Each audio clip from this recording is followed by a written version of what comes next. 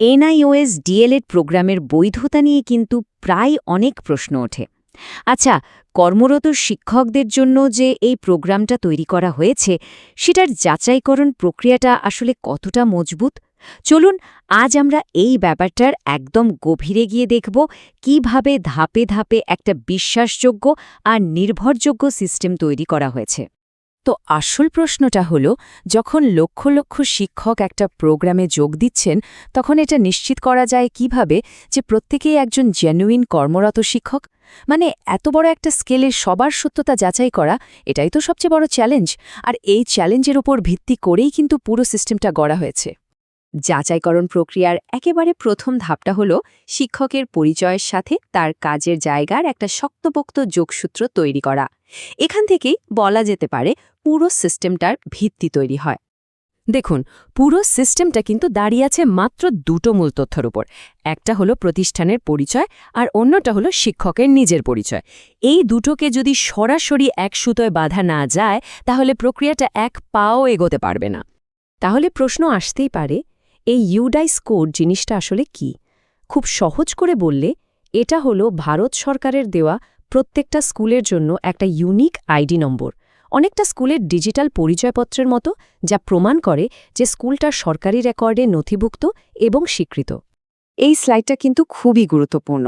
এখানে কি দেখা যাচ্ছে?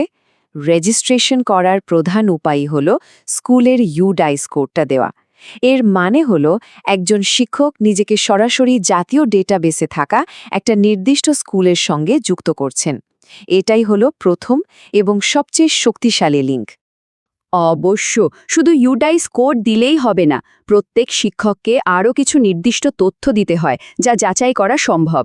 যেমন আধার নম্বর দিয়ে তার ব্যক্তিগত পরিচয় নিশ্চিত করা হয়, আর তিনি কবে চাকরিতে যোগ দিয়েছেন সেই তারিখ থেকে তার কাজের সময়কালও বোঝা যায়। মানে প্রত্যেকটা তথ্যেই কিন্তু এই যাচাইকরণ প্রক্রিয়ার একটা জরুরি অংশ।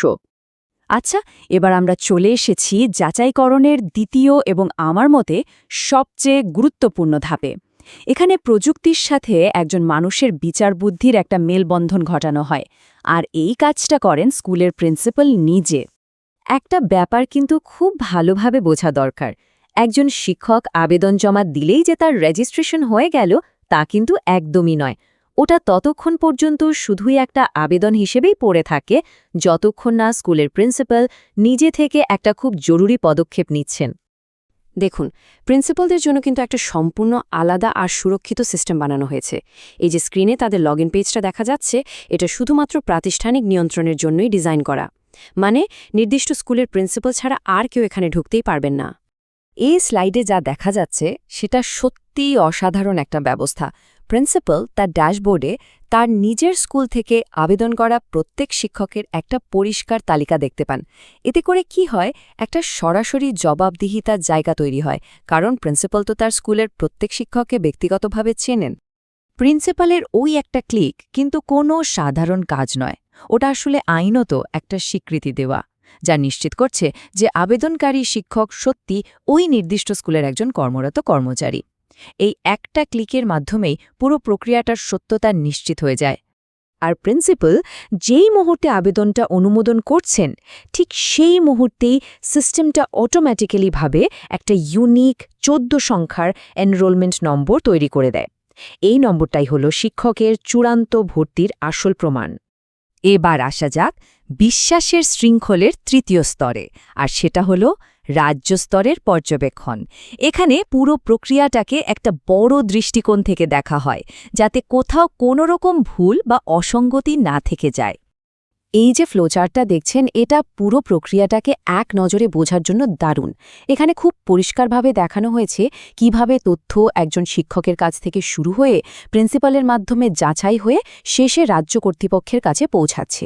দেখুন, প্রত্যেকটা ধাপ, শিক্ষকের আবেদন, প্রিন্সিপালের অনুমোদন আর সবশেষে রাজ্য স্তরের পর্যবেক্ষণ, সব কিছুই কিন্তু একে অপরের সঙ্গে যুক্ত।